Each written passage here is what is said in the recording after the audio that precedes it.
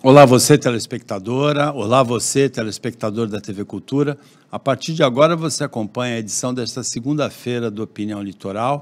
Nós temos na bancada como comentarista o advogado Rodrigo Marçaioli, temos um comentarista que entra daqui a pouquinho, Paulo Henrique Cremonesi, também advogado, e nós recebemos hoje como convidado, com muito prazer, com muita honra, o secretário de Assuntos Portuários e Emprego, uma das secretarias mais importantes da Prefeitura de Santos, Bruno Orlandi. Boa tarde, Bruno. Boa tarde, Paulo. Um prazer enorme estar aqui junto com você, com o Rodrigo Cremonesi, enfim, grandes amigos, poder falar um pouquinho do Porto de Santos, do emprego e a prestação de contas de todo esse trabalho.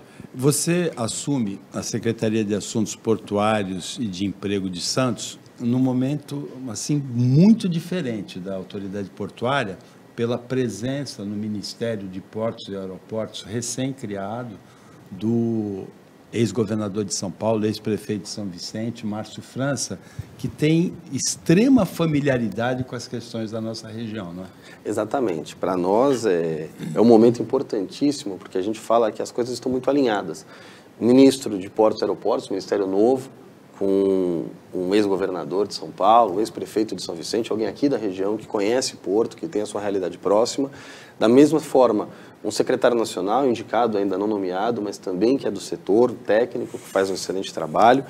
No governo do estado de São Paulo, um governador que foi ministro de infraestrutura, então tem familiaridade. Na área federal, nós temos um ex-prefeito de Santos, deputado federal, Paulo Alexandre Barbosa, que também tem familiaridade e proximidade com todos esses políticos envolvidos na gestão.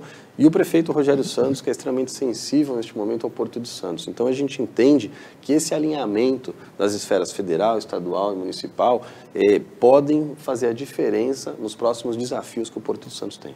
Rodrigo, você entende que a presença do Márcio França no Ministério de Portos e Aeroportos, ele já mostrou claramente que é sinal vermelho para aquela história de privatização da autoridade portuária, né?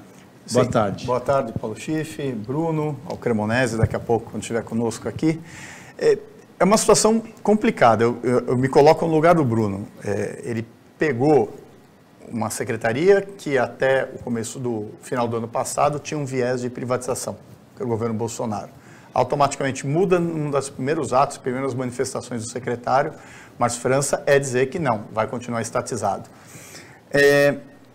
Como secretário, como é que você sente essa dualidade? Assim, você tem que equilibrar pratos. Estava numa forma, estava na outra. Rogério devia ter planos, imaginando uma privatização, se comprometeu com a iniciativa privada e agora volta tudo atrás, que não seja a responsabilidade da Prefeitura de Santos, mas cria um agastamento, um mal-estar. É fato isso, né? Não tem como negar. Então, eu vejo com uma certa... Eu não vejo positivamente, porque o trabalho fica maior para quem está na ponta. A ponta é a Prefeitura de Santos.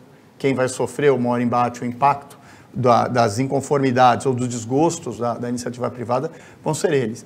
Agora, há de se entender um pouquinho melhor, se vai continuar estatizado, o que vai propor o governo federal para que não se desinteresse o empresariado e possa continuar o investimento que é necessário no Porto de Santos, sem sombra de dúvida. É exatamente isso. Acho que o Rodrigo foi muito feliz na colocação aqui.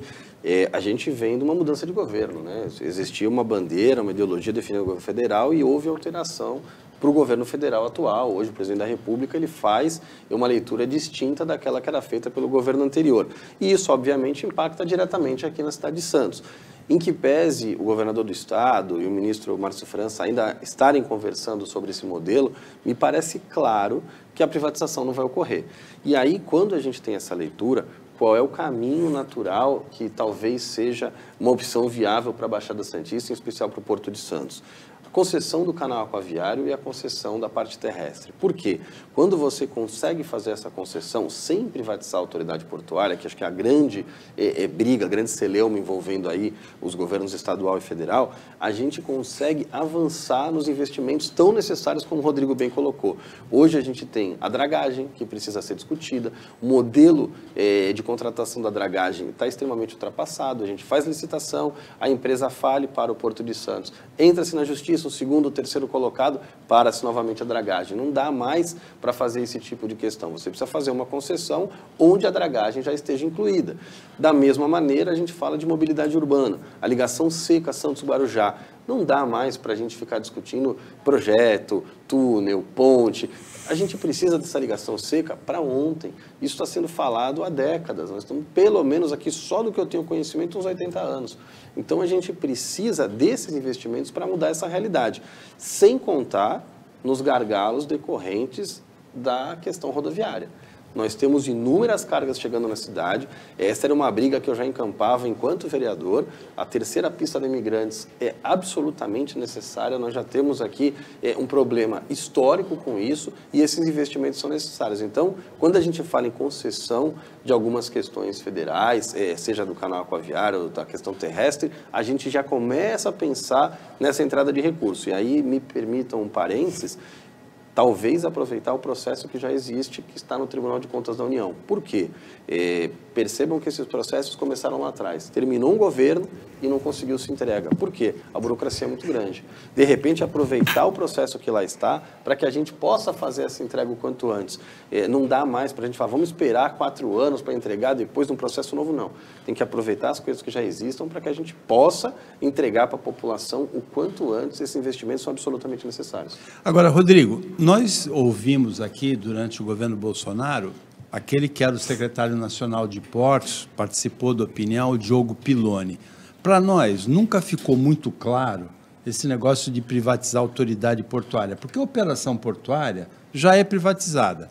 A concessão do canal, a concessão da parte terrestre, é lógico que pode ser privatizada. Agora, a autoridade portuária, que é uma questão de logística, uma questão importante para o país, a gente não vê a necessidade da privatização. O que foi colocado como uma cenoura, assim, na frente das cidades aqui da Baixada, foi o investimento na ligação seca, num túnel, né? Mas o ministro Márcio França já falou na construção desse túnel com recursos federais e com recursos do caixa da Codesp, da ex-Codesp, a atual Sim. Autoridade Portuária, o Santos Port Authority em inglês, porque, inclusive, o Frederico Bussinga escreveu um artigo dizendo assim, tem dinheiro da Autoridade Portuária para a construção do túnel, né? É difícil a gente entender, Paulo, o que é o viés político da operação e o que é o fato do dia operacional, né? Quando você fala em privatização, maravilha, vamos privatizar. Qual é o modus operandi? O que se propõe concretamente nessa privatização? O que se imagina que um privado vai investir? Vai haver algum suporte? O pessoal da área vai ser absorvido? Não vai?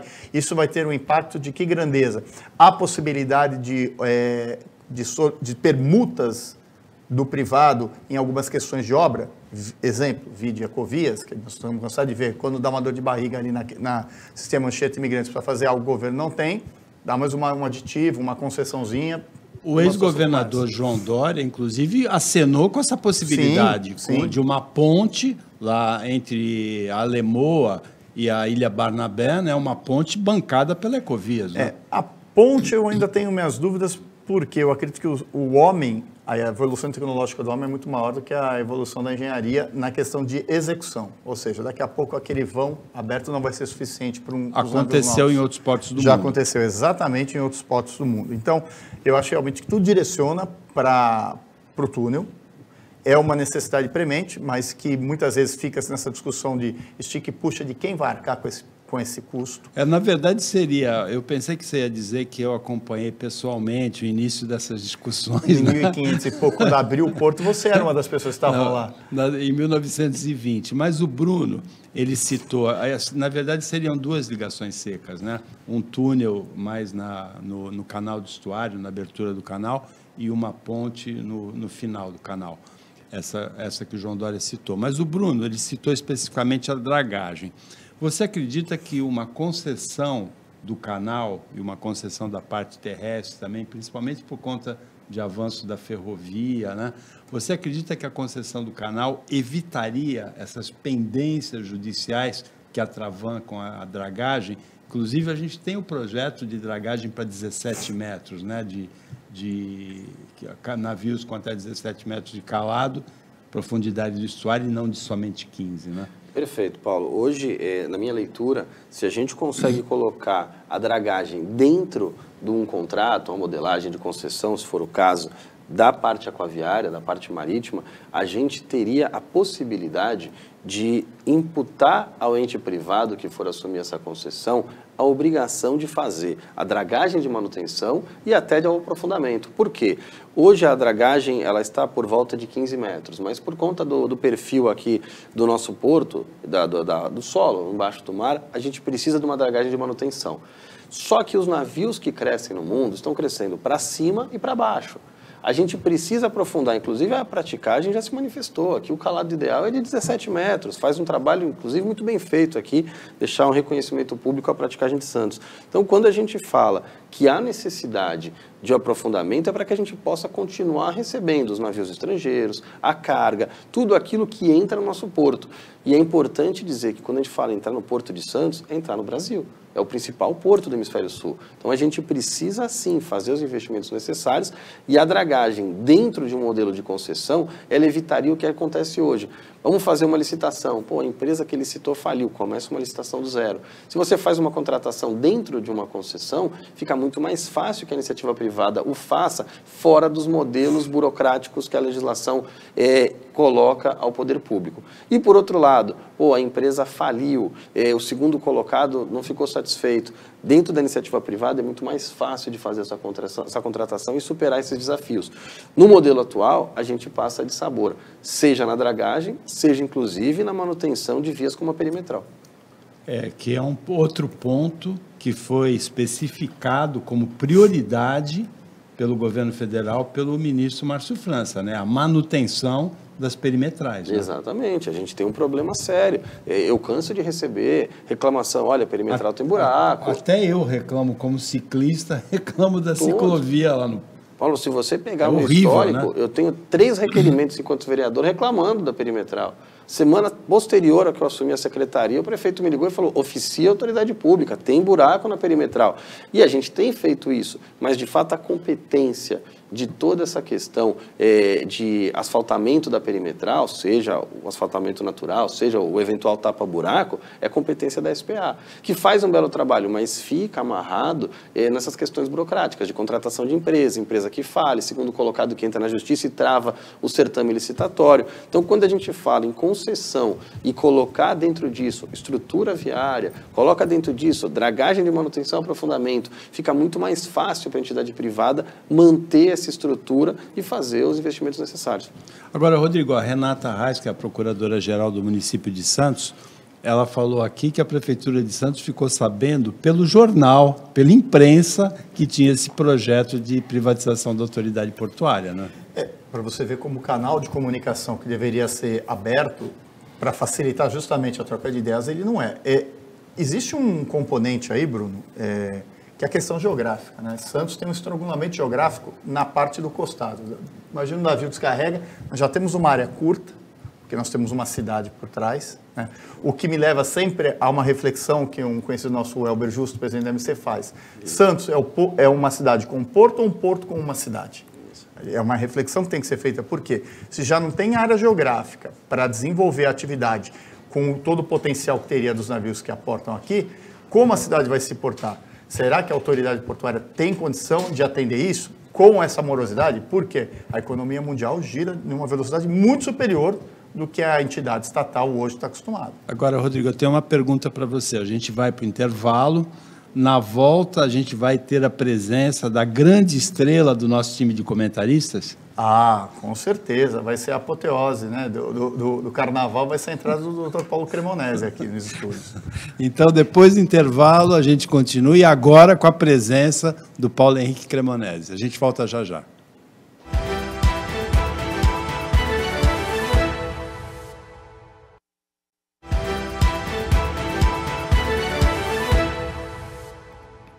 Voltando com a Opinião Litoral desta segunda-feira, agora nós temos, além do Rodrigo Marçaioli como comentarista, a presença também do Paulo Henrique Cremonese, advogado, e a gente recebe nesta segunda-feira, com muito prazer, com muita honra, o secretário de Assuntos Portuários e Emprego de Santos, o Bruno Orlandi.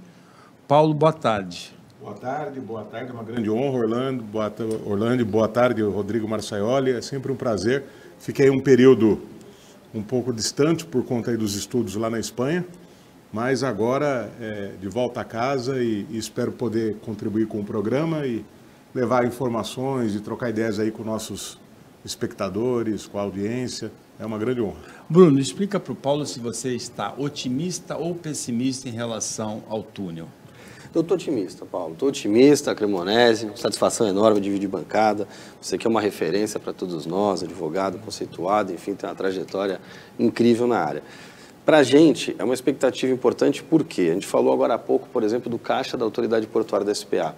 Hoje nós temos 1,8 bi em caixa. Fruto de trabalho, fruto de resultado, mas dinheiro tem que ficar no porto. Aliás, aqui me cabe, inclusive, fazer um apelo, uma premissa que é importante se destacar. Esses recursos de outorga têm ficado aqui no caixa da SPA, mas é uma decisão de governo. É importante que o governo federal, os deputados que lá estão, possam fazer um trabalho para que essa outorga fique no Porto de Santos, mas fique por conta de lei, para que seja uma definição de política de Estado e não de política de governo que possa ser alterado com quem sente lá. Então é importante fazer esse parênteses. Mas eu acho que a gente caminha bem. Primeiro porque o Márcio França, atual ministro, é da região, já se comprometeu, esteve aqui, falou que é prioridade para ele fazer essa ligação seca, fazer o túnel. E o Tarcísio, que foi ministro, hoje governador do Estado de São Paulo, também no mesmo sentido, esteve aqui, falou da importância e quer fazer. Então me parece que há um alinhamento sobre a importância da colocação, da construção desse túnel, fazendo a ligação seca entre Santos e Guarujá. Então a gente está muito otimista por conta de todo esse alinhamento e pela necessidade. Eu acho que a mobilidade urbana na cidade precisa desse túnel há décadas. Me parece que o momento adequado para que a gente possa avançar. Os números falam isso, os valores envolvidos são significativos sim, mas perto do orçamento do governo federal e do governo estadual são absolutamente tranquilos de ser feitos, são investimentos possíveis. Há previsão para que isso possa avançar, tanto de um quanto o outro, e a Prefeitura de Santos tem todo o interesse que a gente possa avançar nesse sentido. Agora, veja, em 2019, o Rodrigo deve lembrar bem, início do Jornal da Manhã, na Jovem Pan, início do governo João Dória, o governador se comprometeu na segunda edição do jornal com essa ligação seca. Verdade. Depois ele até viabilizou com a Ecovias. Houve uma pendência política com o governo federal, houve a pandemia e não teve ligação seca. Nesse momento, Paulo, tem uma questão política aí. O Bruno Orlandi ele citou a presença de um deputado federal que foi prefeito de Santos, que é o Paulo Alexandre Barbosa, que vai lutar por isso, que vai lutar pelas questões da nossa região, mas que aparentemente, alinhado com o Alckmin e com o Márcio França, é contra a privatização da autoridade portuária. Hoje de manhã, aqui na nossa emissora, no Café da Manhã, participou a deputada federal Rosana Vale, alinhada com o governador Tarcísio de Freitas e que vai batalhar pela privatização da autoridade portuária. Olha só. Tem uma questão política aí que já desenha a disputa da Prefeitura de Santos daqui a 2 anos. Boa tarde a todos novamente. Eu não ouso comentar sobre a política local, porque eu não me sinto qualificado. Agradeço a presença do secretário. É importantíssimo, Paulo, parabéns, porque a nossa cidade, e eu falo com imparcialidade, porque eu trabalho com o setor, com advogado para o mercado segurador, então vem por arrastamento o trabalho. Então, eu falo com imparcialidade e vocês vão entender pelas duas coisas. Primeiro, porque eu sou palmeirense. Segundo, porque eu não trabalho diretamente com o Porto. E eu posso falar, os 2 grandes tesouros da nossa cidade são o Porto e o Santos Futebol Clube. Mais até do que o turismo. E, por favor, quem trabalha com o setor turismo, não fique bravo. O turismo é importantíssimo. Mas ele também vem na esteira da nossa maior riqueza, que é o Porto. Santos é uma cidade portuária, ponto. É o maior porto da América Latina, ponto. Um dos maiores portos das Américas e do mundo. Então, não tem o que discutir. Toda a prioridade tem que ser para o Porto e, do ponto de vista do lúdico, do esporte, que é um fator gerador de riqueza, o Santos Futebol Clube. Claro, é uma cidade histórica, José Bonifácio, mas os nossos 2 grandes tesouros são esses. Essa disputa provável para o futuro, hoje em dia tudo também é disputa, ela pode ser abrandada porque a autoridade portuária é uma coisa, investimento num determinado setor é outro. E talvez antes, eu vou fazer aqui a defesa do governador e de todos os outros governadores e prefeitos. Porque, embora seja algo muito importante, essa ligação, essa passagem, ela não é fundamental no sentido de que a gente consegue viver sem. Então é por isso que muitas vezes vem aquele ânimo inicial e depois esse ânimo é arrefecido. Não é porque não seja importante, é muito importante, mas é importante para melhorar. Não significa que, não havendo isso, as coisas ficarão horríveis. Então nós queremos melhorar.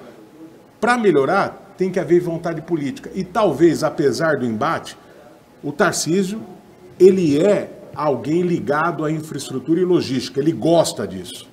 E o Márcio França é alguém ligado à região. Os dois querem ser os pais disso. Então, talvez eles unam esforços, apesar dos embates políticos, porque a grandiosidade que se descortina é imensa. Agora, veja, Paulo, é imensa. Então... o Bruno é vereador eleito, licenciado para exercer o cargo de secretário. E a orelha dele já deve ter ficado bem quente. Por exemplo, quando entram aqueles navios de 300 metros e interrompem por 2, 3, 4, 5, 6 horas a travessia de balsas, né? Tem paciente que perde a consulta do médico, tem médico que perde a chegada no trabalho, professor, aluno. Tem muita reclamação, não tem? Sempre tem, Paulo. A grande verdade é que o navio ele tem prioridade, né? As questões maríticas que envolvem o navio tem prioridade para passar. E quando isso acontece, se a balsa tiver que parar, ela vai parar. E aí você vai impactar a qualidade de vida das pessoas, a mobilidade urbana, impacto direto. Em especial na época do verão, a gente sofre muito com isso, né? O Guarujá é um alvo direto das pessoas querem ir para lá descansar, né? Enfim, é um destino turístico. E quando isso acontece, o impacto é enorme. Existem também aqueles que lá trabalham, vão todos os dias e sofrem bastante com isso com a chegada da temporada. O Paulo não reclama porque ele vai de helicóptero, né? Não. Só fazendo um ponto aqui. Perdoe, secretário. Quando eu disse fundamental, é óbvio que às vezes acontece situação, a pessoa perde uma consulta médica, quem trabalha existe. O que eu quis dizer é o seguinte, nós já vivemos a vida toda com essa situação e até conseguiremos viver sem, né? Mas é claro que todo mundo quer, que vai ser melhor para todo mundo. O problema é a vontade política, que talvez, como o secretário falou, agora exista. Os embates, eu quero acreditar nisso, né? São menos importantes do que os benefícios. Perdoe-me, secretário, não, mas por favor. Eu brinquei que o Paulo vai de helicóptero, mas quem tem atividade semanal em Guarujá e usa a balsa é o Rodrigo, né? Não, um dos melhores advogados do meu escritório, ele mora no Guarujá. Então, eu sei essa realidade. Eu não quero parecer insensível, hein, por favor, o espectador. Não é isso. Mas acho que o secretário entendeu. É isso, é exatamente isso. O momento é propício. Logicamente, as questões envolvendo o Porto, batendo recorde atrás de recorde, não é a balsa que desprestigia, acho que foi isso que o Cremonese quis falar aqui. É importante, de fato, essa visão. E agora, com essas questões alinhadas, eu acredito que a gente consiga avançar, trazendo mais qualidade de vida. A gente tem aqui movimentação diária de aproximadamente 20 navios, em média, todos os dias aportando aqui no Porto de Santos. Então, é importante que a gente possa avançar nesse sentido. E hoje, de tudo que se coloca, tem vontade do governo federal pela proximidade da área, o governador do estado, foi prefeito aqui de São Vicente, tem uma questão local envolvida. O governador de São Paulo foi ministro da infraestrutura, uma questão técnica muito próxima às questões envolvendo logística e infraestrutura. Faz total sentido, neste momento, a gente conseguir caminhar. Então, para a Prefeitura de Santos é importantíssimo, melhora demais a relação porto-cidade, a gente entrega mais qualidade de vida para as pessoas, resolve um problema enorme, porque hoje as pessoas acabam sofrendo, inclusive, para o governo do estado de São Paulo, é um avanço muito grande. O custo envolvendo as balsas, o valor que ali se coloca, quando a balsa para, quando ela tem que ser arrumada, a operação é complexa, muitas vezes a gente olha, caramba, tem 3 balsas funcionando, tinham que ter 8, entra em contato com São Paulo, como é que funciona isso? O tempo de conserto de uma balsa quando quebra, um navio que bate numa balsa eventualmente, pode acontecer. Tem acontecido. Exato, e me parece que o último, tive na praticagem recente, aquele acidente que aconteceu não tinha como ser evitado. As condições de maré, de ventos, tal, com toda a técnica envolvida, eles replicaram isso em inúmeros simuladores e acaba dando acidente. Mas conseguiram diminuir o impacto, conseguiram minimizar o problema envolvido. Então, esse tipo de questão com a colocação de um túnel, com a construção dessa ligação seca por túnel, vai resolver muito o problema aqui da nossa cidade. Bom, nós concentramos até agora, nessa edição, os assuntos na área portuária. Mas a gente vai, se o Bruno Orlandi, que acompanha tudo o que acontece na Baixada, se quiser se manifestar também, mas o Rodrigo e o Paulo Cremonese vão comentar agora a assinatura da renovação do contrato do Hospital Municipal de Cubatão, não a renovação porque não aconteceu. Rodrigo, a contratação emergencial que a gente previu aqui na opinião, né? Nós estamos com um momento mãe de Ná, né, Paulo? Porque a gente conseguiu prever isso em novembro, quando você deu a notícia que ia terminar o contrato regular lá da OS em Cubatão, e eu só peguei para você e falei assim, duvido que não vai ter um aditamento, vai alegar caráter emergencial e vão aditar o contrato aí para fazer um balão aí durante um determinado tempo. Favas contadas, né? Acabou de acontecer, a Fundação São Francisco Xavier, que vinha fazendo um bom serviço, tinha uma boa referência, uma boa aceitação da população. Entregou, deveria fazer uma transição, que também não foi feito, e agora tapa buracos aí para quebrar, fazer um paliativo, colocaram um aditamento que, infelizmente, como a gente já comentou hoje na manhã no Jornal da Jovem Pan, os aditamentos, eles, infelizmente, para quem leva a gestão pública, só num caso de extrema necessidade, não é muito bem visto pelo princípio de transparência, boa gestão, governança, nada disso. O administrador público teve tempo, pelo menos 4 meses, para se organizar, quiçá 6, se você notar que em setembro já veio a manifestação da São Francisco Xavier de que não continuaria. E nada foi feito, né? Foi de maneirazinha, a gente acha até às vezes proposital, forçar um aditamento dessa forma. Azar, porque a OS nova que assume, eu não tenho referência, eu não conheço. Ela é nova, acho que também ninguém aqui nunca tinha ouvido falar.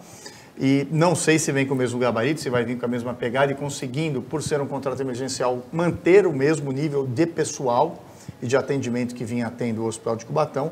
São coisas que aí acabam impactando bastante aí na população, na qualidade de vida, como o Bruno bem tocou aí com relação ao porto. Cremonese, a OS que assume a partir de 1º de março é a Sociedade Brasileira Caminho de Damasco, e ela assume não só o hospital, mas também o Centro de Alta Complexidade em Saúde de Cubatão. Desejar toda a sorte para a OS.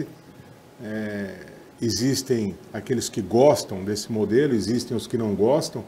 Eu, particularmente, acredito que seja um bom modelo, um modelo que capaz de gerar boas coisas para a população. Agora, aqui é uma crítica absolutamente pontual, técnica, sem entrar no juridiquês para não ser chato com a nossa audiência, mas eu sou obrigado a falar, não há nenhum colorido político-ideológico, eu não conheço a realidade política da cidade, mas não se pode falar em emergência quando se há o elemento previsibilidade. Aqui o que vale para a responsabilidade civil, o meu cotidiano profissional, litigando em defesa de donos de cargas, exportadores, importadores, seguradores de cargas, contra armadores, contra transportadores, às vezes até as entidades portuárias. O relacionamento é ótimo com todos, mas existe esse embate profissional. Então, uma das coisas, um dos argumentos que eu uso, e isso dá para falar facilmente para o espectador, é que não há fortuidade. Não há, por exemplo, esse dano aconteceu porque a chuva foi muito intensa. Sim, essa chuva era previsível. Essa chuva estava dentro de uma razoabilidade fenomênica, acontece com alguma frequência? Se sim, cai por terra a alegação de fortuidade. Então, o que vale para a responsabilidade civil, vale com mais razão para o administrador público. Se era previsível a situação, a ideia de emergência ela fica quebrada. Ela fica quebrada. Com todo e máximo respeito à administração pública, não estou aqui a falar com mal. Da mesma forma que aqui se faz uma crítica, daqui uma semana, se houver um fato, eu vou elogiar sem nenhum tipo de constrangimento, sem nenhum tipo de veleidade. Então, infelizmente, houve um erro. Pode-se questionar pelo princípio da eficiência e se o Ministério Público ou se os parlamentares da cidade, se a classe política quiser efetivamente bater de frente com isso, há argumentos para tanto. Não estou a dizer que que foi desonesto, não estou a sugerir absolutamente nada. Só que não se pode dar o selo de emergência e se beneficiar da legislação que permite isso, se houve uma falha no que diz respeito à condução do processo. É uma visão, o direito é dialético por excelência, pode ser que eu esteja certo ou errado, mas eu falo aqui em boa fé para todos. A Sociedade de São Francisco Xavier, a Fundação São Francisco Xavier, avisou no dia 7 de outubro que não renovaria o contrato. Então, muito bem colocado pelo Paulo Cremonesi, se há previsibilidade, não há que se falar em emergência, não se justifica o contrato emergencial. O Bruno Orlandi, como vereador, acompanha algumas OS de Santos. Algumas OS prestaram bons trabalhos, como a do Hospital Alemão Oswaldo Cruz, né, a sociedade que toca. Outras, nem tão bons trabalhos, né? Inclusive, houve troca de OS aqui em Santos, né? Exatamente, Paulo. E, de fato, tem que ser assim. Para mim, o modelo de OS é muito bom. Você consegue fazer a contratação de forma rápida, seja na contratação, compra de insumos, seja eventualmente em pessoal. Você tem uma facilidade maior e é para isso que as organizações sociais vieram. É esse o grande diferencial que torna a OS tão atrativa. Mas, se não funcionar bem, tem que ser trocada. A gente pega hoje o Hospital dos Estivadores, que lá, sim, essa Fundação Oswaldo Cruz faz um excelente trabalho.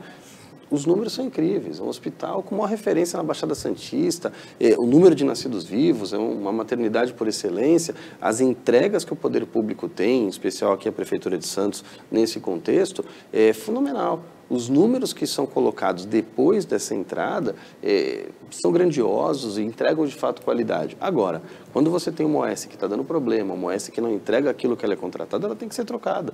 A gente não pode ficar com dedos, com milindres, a entrega para o poder público. Tem que ter eficiência, tem que ter qualidade, tem que ter transparência. É isso que se espera e é para isso que se trabalha. Opinião Litoral para o intervalo, é rapidinho, fica com a gente.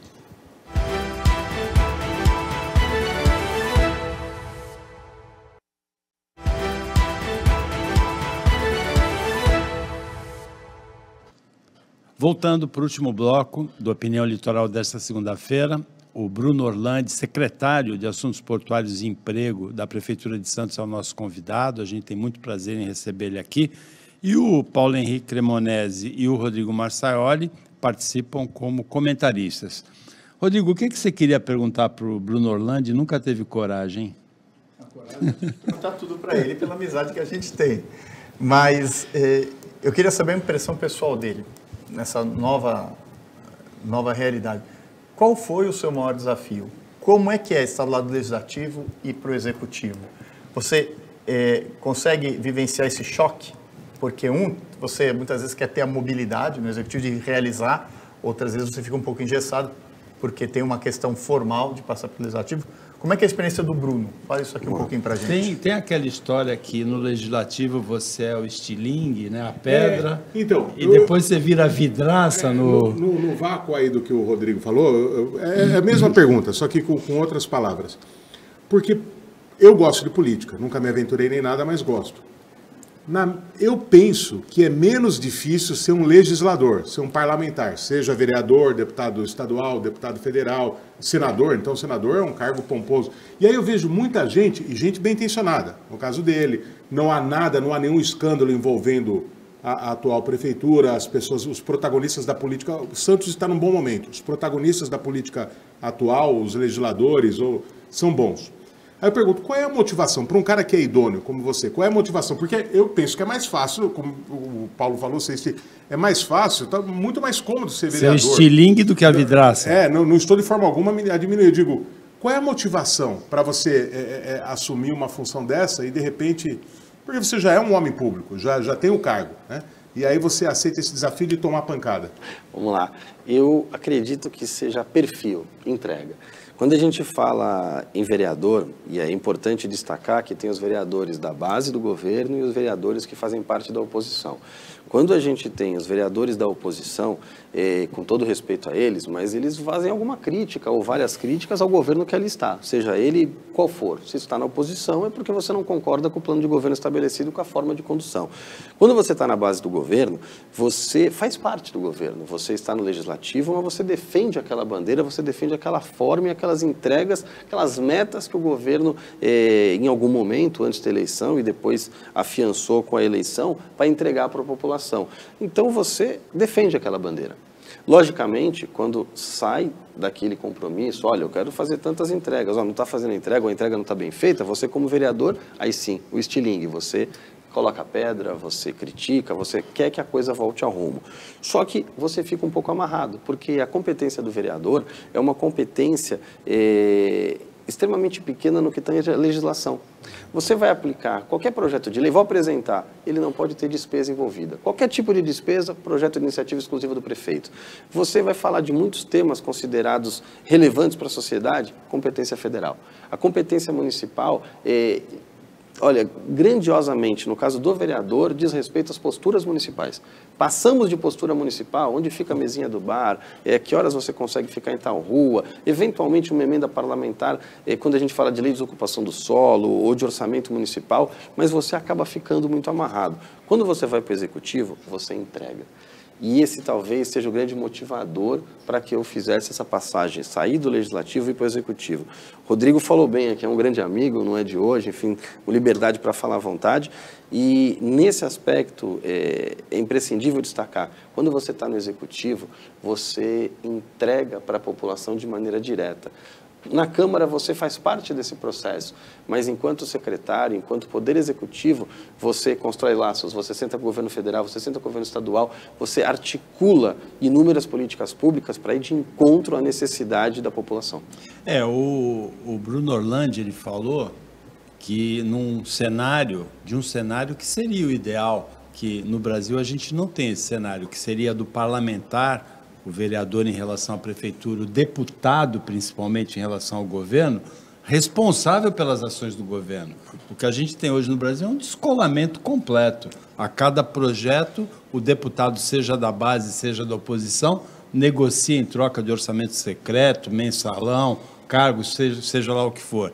O correto seria, num cenário mais parlamentarista, o comprometimento do parlamentar com o governo. Agora, voltando para a questão portuária, a gente tem vários problemas. Eu sou engenheiro, eu posso falar à vontade. A gente tem vários problemas de engenharia aqui, contra a engenharia da nossa região. Quando caminha de barco pela orla, a gente vê os prédios tortos da Praia de Santos. A gente tinha na entrada da cidade aquele bigode, né, que o caminhão que vinha pela direita tinha que ir para a esquerda, para o viaduto, e o automóvel que vinha pela esquerda tinha que ir para a direita. E a gente tem uma pista de descida do Planalto para o litoral, que é a pista da Imigrantes, que liga o maior polo produtor da América do Sul ao maior porto do Hemisfério Sul, né? E não pode passar caminhão nesse... A gente tem projeto de uma outra estrada para ligar o Planalto à Baixada? Paulo, você tocou num ponto que eu sou extremamente sensível. Eu, enquanto vereador, eu fiz uma comissão especial para poder discutir a relação da Ecovias e da Artesp com a Baixada Santista. Milhares de cidadãos santistas e da Baixada vão todos os dias a São Paulo, utilizando seus veículos, passando por essa pista. A pista está estrangulada, o sistema Anchieta Imigrantes está estrangulado, em que pese tem a qualidade, acho que a gente tem que se render aqui aos argumentos, a pista é boa da Imigrantes em especial, o trabalho é bem feito, mas está estrangulado. A gente daqui a pouco vai viver safra, vai parar a entrada da cidade. Mas a gente trabalha, a gente fala, a gente organiza, mas a verdade é essa, o acesso rodoviário na cidade de Santos tem que ser melhorado. Competência do governo estadual. Tem que ter investimento. A terceira pista da Imigrantes, não é que ela tem que ser feita, ela já está atrasada. O governo estadual tem que ser sensível ao tema e aqui construir a terceira pista da Imigrantes para que a gente possa ter uma entrada diferenciada. Isso não significa que não tem que ter investimento ferroviário, tem que ter sim cada vez mais. A ferrovia interna do Porto agora avançou muito com a FIPS, esse consórcio envolvendo 3 grandes empresas do setor para que a gente possa ter os investimentos necessários, fazer a pera ferroviária, enfim, tudo isso tem que ser colocado. Os investimentos no Brasil como um todo na linha ferroviária são importantíssimos porque me parece que para cada trem você tira 4 caminhões da pista, enfim, você tem esse tipo de cálculo que é feito, mas a grande verdade é que 90% ainda do frete no Brasil, da logística, envolve a rodovia. E quando você tem isso no maior porto do hemisfério sul, você tem que melhorar o acesso. Não tenho dúvida nenhuma. Então, a gente vai trabalhar muito na secretaria, em que pese não seja competência municipal, mas articulando aqueles que são. Hoje a gente tem a secretária estadual, a Natália, inclusive, está no Guarujá hoje, deve estar lá ainda, fazendo entregas importantes, mas para que a gente possa sentar, conversar e trazer para a responsabilidade do Estado a entrega de uma terceira pista. Não tem como a gente falar em crescimento do porto se a gente não tiver um acesso rodoviário melhor. Esse acesso rodoviário, Paulo, inclusive em 2016, quando houve o incêndio na Ultracargo, a gente viveu uma situação de completo estrangulamento, inclusive não só de vinda dos caminhões do Planalto para o litoral, como de ida, depois de Porto, a volta dos caminhões foi estrangulada também. É uma situação completamente esdrúxula essa para um porto dessa dimensão, não é? Muito, e eu me sinto novamente à vontade para falar, porque como advogado, isso é bom para mim, porque eu trabalho com sinistros, eu trabalho com ressarcimento e regresso, as seguradoras indenizam, o caos logístico brasileiro é bom para mim como advogado, só que chega um momento da vida em que a gente quer ser mais do que o profissional e tem outras aspirações. Porque como cidadão eu perco demais. Eu fui almoçar com uns amigos, sábado, eu fiquei preso aqui no... Sábado, hein? Eu calculei 2 horas, né, para chegar com folga. Houve um acidente, aí não tem a ver com o administrador público, seja municipal, o estadual, o federal. Mas esse acidente, se houvesse já outra pista, se o sistema fluísse melhor, se não houvesse, como há, um conjunto de gargalos logísticos aqui na região, com certeza esse acidente seria absorvido. Eu dou o exemplo aí, a estrada de Madrid a Salamanca, a cidade universitária, lá na região de Castilha e Leão e Castilha, lá na Espanha, é uma estrada fabulosa, mesmo nível da Imigrantes, só um pouco mais bonita, assim, o visual, com a diferença de que ela é mais do que suficiente para as necessidades dos espanhóis. Então, por vários momentos, eu transitei sozinho na rodovia. Eu falei, isso é inimaginável. Ou seja, eles têm uma rodovia muito maior, muito melhor, muito mais capilarizada, muito mais ampla do que eles têm a necessidade. Por que nós não trabalhamos com isso? Nós temos aí boas pistas, né? Só que gargalos na entrada de São Paulo e na entrada de Santos. Precisamos resolver. Não é competência do prefeito. Quando a gente fala competência, é medida de poder, né? Eu não estou falando que o prefeito não tem obrigação de tratar isso, nem ele. Mas eles têm a força para o diálogo. A secretaria dele é extremamente sedutora. Qualquer ministro, qualquer secretário de Estado vai ouvi-lo. Então, e nós temos que dar força para o prefeito, força para os secretários para dizer, ó, por favor, vão lá, peçam que nós estamos aqui apoiando. Que realmente não dá.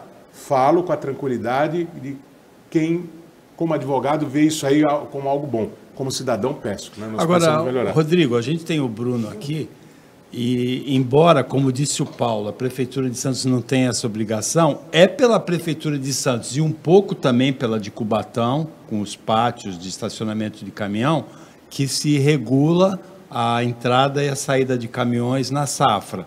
O auge da safra é maio, junho, um pouquinho em julho, mas já começa em março, hein, Rodrigo? A gente vai cobrar o Bruno disso daí. A intermediação do agendamento é da Prefeitura de Santos. Ele tá na e os pátios são da cadeia, Prefeitura, né, de Cubatão. Não tem como não fugir. E acaba tendo impacto, né, por consequência. A cadeia logística toda envolve isso. E a Prefeitura é cobrada, muitas vezes, sem ter o material, sem ter os elementos, sem ter as armas para poder bater nessa questão, por exemplo, do escoamento da safra de grãos agora. Vai ser uma nova realidade, vai ser um novo estresse, a qualidade, e aí a gente está olhando a prefeitura que tem que olhar para a qualidade de vida do cidadão santista, que a cidade já tem um alto grau de qualidade de vida, só não é melhor porque tem algumas intercorrências que realmente cansam demais, como a situação, por exemplo, da Ecovias, de fechar as estradas e restringir o acesso. Comboios, muitas vezes que a gente tenta entender, mas não consegue visualizar a motivação. Então, tem situações e situações. E olha, 2022 foram 160 milhões de toneladas, mais de 10% acima do recorde anterior de 2021. janeiro foram quase 7 milhões de toneladas de milho, um aumento de 140% em relação ao ano passado. Vai ter safra, super safra, vai ter super movimentação e vai ter trabalho. É isso. Perdão, Por favor. Já existe uma previsão de 17% de aumento. Vai ser uma super safra. E só... Perdão, é só Claro, para... É uma chance ímpar que nós temos, e não estou falando para granjear a simpatia do secretário, porque o governo santista atual não é ideológico. Então, ele é técnico. Então, ele gravita bem entre o governo federal e o governo estadual. Nós temos uma chance de crescimento como não havia até então. Eu falo com tranquilidade que eu acredito que o perfil é mais técnico, político no sentido positivo do que ideológico. Perdão, eu acabei interrompendo. Eu agradeço, mas de fato é isso. A gente tem que trabalhar de maneira republicana, acho que foi muito bem colocado aqui pelo Cremonese, conversar com todos os atores, seja da esfera federal, seja da esfera estadual, fazer a nossa lição de casa aqui no município, logicamente verificando o agendamento de caminhões e ainda assim o número que vem é altamente substancial, esse crescimento é esperado e foi colocado isso com muita clareza. A gente tem algumas questões de filas paralelas para impactar o trânsito, eventualmente um alargamento de algum tipo de retorno para que você possa ter mais facilidade, pátio pulmão em alguns setores para que não impactem também essa questão do grão, mas não tem jeito. A solução para melhorar de fato isso é a terceira pista. Não tem jeito, a gente vai fazer medidas paliativas para que impactem menos, minimizar esse impacto na cidade. Que é o agendamento, a parada do caminhão no Planalto. É isso, a gente vai trabalhar novamente e de forma melhor, cada vez mais qualificado, com mais técnica envolvida para que a gente minimize o impacto. Mas para resolver é a terceira pista, a gente precisa desse investimento. Bom, para fechar a edição de hoje do Opinião, os Estados Unidos abateram 3 objetos voadores não identificados, não é, nesses últimos dias, um deles por pedido do primeiro-ministro do Canadá, Justin Trudeau. O Uruguai registrou objeto voador não identificado, a China também. O que acontece aí, Rodrigo? É invasão alienígena? Deve estar convergindo no mesmo momento, né? Alguma coisa está acontecendo de estranho, porque... Mas, olha, os objetos realmente, se não identificados, não significa que sejam extraterrestres, né? São objetos que não são do conhecimento, não estão no radar dos países, dentro da sua soberania, do seu espaço. E, por conta disso, quando há invasão, você tem autorização para derrubar, né? O governo chinês, quando derrubou o balão meteorológico, disse que não era o caso, tudo. Mas o rescaldo do acidente, do abatimento, revela coisas um pouco mais diferentes, né? Tem uma foto de um raio sobre o Cristo Redentor, impressionante, no Rio de Janeiro. Tem um asteroide que criou um clarão no céu da França e da Inglaterra nessa madrugada.